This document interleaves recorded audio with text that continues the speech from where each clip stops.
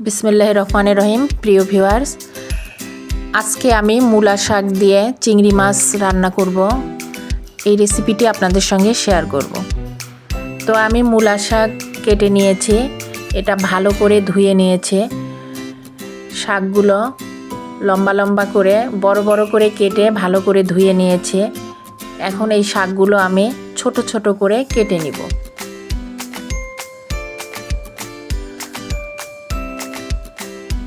তো শাকগুলো আমি এভাবে ছোট ছোট করে কেটে নিয়েছি।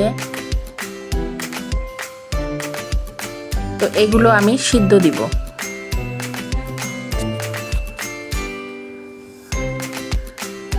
মূলা শাক বড় করে কেটেও রান্না করা যায়, ভাজি করা যায়। তো আমি এভাবে ছোট করে কেটে এটা আমি চিংড়ি মাছ দিয়ে ভাজি করব।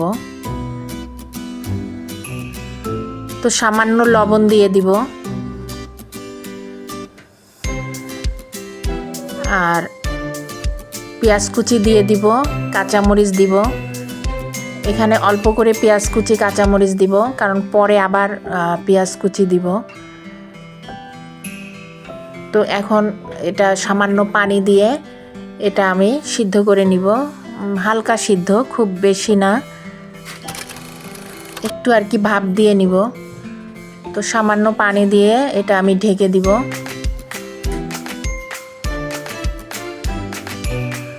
তো কিছুক্ষণ পরে ফিরে এলাম,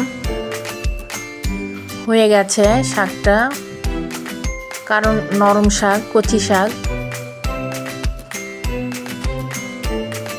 তো শাকটা হয়ে গেছে সিদ্ধ। তো শাকের পানি আমি ফেলে দিব, কারণ মূলা শাকের একটা ঝাঁঝালো গন্ধ থাকে। তো এই পানিটা ফেলে দিলে আর এই গন্ধটা থাকে না। তো এখন কড়াই নিয়েছি, কড়াইতে পরিমাণ মতো তেল দিয়ে দিলাম। এখন শাকটা আমি ভাজি করব। তো এখানে কিছু পেঁয়াজ কুচি দিয়ে দিলাম আর কিছু মরিচ কুচি দিলাম।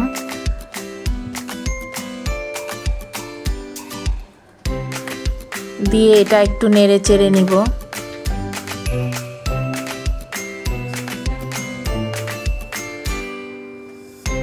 তো পেঁয়াজটা হালকা ভেজে নিব। এবার আদা রসুনের পেস্ট দিব, খুব সামান্য, হাফ চামচ আদা বাটা, হাফ চামচ রসুন বাটা আমি একসঙ্গে পেস্ট করে নিয়েছি। এটা দিয়ে কিছুক্ষণ নেড়ে চেড়ে নিব।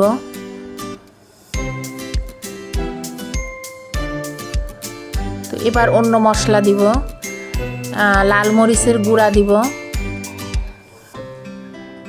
লাল মরিচের গুঁড়া দিয়ে দিলাম 1 চামচ, আর হলুদ গুঁড়া দিয়ে দিব 1 চামচ, আর ধনিয়া গুঁড়া হালকা। এখানে জিরা আর ধনিয়া একসঙ্গে দিয়ে দিলাম সামান্য, দিয়ে এটা ভালো করে নেড়ে চেড়ে নিব। সামান্য পানি দিয়ে দিলাম যাতে মশলাটা পুড়ে না যায়। এখন মশলাটা ভালো করে ভুনে নিব। কিছুক্ষণ ভুনা হয়ে গেলে চিংড়ি মাছগুলো দিয়ে দিব। এখানে আমি ছোট চিংড়ি নিয়েছি। আপনারা চাইলে বড় চিংড়ি দিয়েও করতে পারেন, তবে ছোট চিংড়ি দিয়ে এই শাক ভাজিটা বেশি ভালো লাগে। বড় চিংড়ির থেকে ছোট চিংড়ির ঘ্রাণ বেশি থাকে। তো সামান্য লবণ দিয়ে দিব, আমি শাক সিদ্ধ করার সময় লবণ দিয়েছি।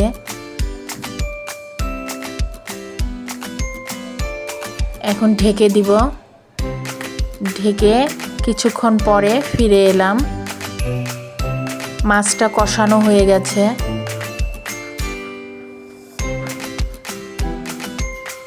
এবার সিদ্ধ করা শাক দিয়ে দিব।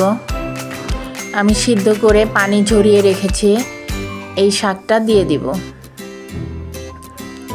দিয়ে ভালোভাবে মিশিয়ে নিব। এখন নেড়ে চেড়ে ভালো করে মিশাতে থাকব। এভাবে মূলা ভাজি চিংড়ি মাছ দিয়ে করে দেখবেন, অনেক মজা পাবেন। আর যারা করে খেয়েছেন তারা তো জানেন, আর যারা নতুন তারা এভাবে মূলা ভাজি করে দেখবেন। মূলা ভাজি খেয়ে অনেক মজা পাবেন। তো আবারও ঢেকে দিব। এভাবে আমি নেড়েচেড়ে পানি শুকিয়ে ফেলবো। ভিডিওটি ভালো লাগলে একটা লাইক, শেয়ার, কমেন্ট করবেন, একটা সাবস্ক্রাইব করবেন। যারা সাবস্ক্রাইব করেছেন তাদেরকে অসংখ্য ধন্যবাদ। আর যারা আমার চ্যানেলটিতে এখনও সাবস্ক্রাইব করেননি তারা দয়া করে একটা সাবস্ক্রাইব করে পাশে থাকবেন। তো নেড়েচেড়ে আমি পানিগুলো শুকিয়ে ফেলবো। দেখুন এখনও পানি আছে, একদম ভাজা ভাজা করব। তো এভাবে ট্রাই করবেন, খেয়ে অনেক মজা পাবেন। এরকম ভাজি, মূলা শাক ভাজি থাকলে ভাত একটু বেশি খাওয়া হবে। ভাজা ভাজা হয়ে গেছে, পানি শুকিয়ে গেছে। তো ভালো লাগলে ট্রাই করবেন। তো সবাই ভালো থাকুন, সুস্থ থাকুন। আগামীতে আবার কোনো রেসিপি নিয়ে আসবো ইনশাআল্লাহ। আল্লাহ হাফেজ। আসসালামু আলাইকুম।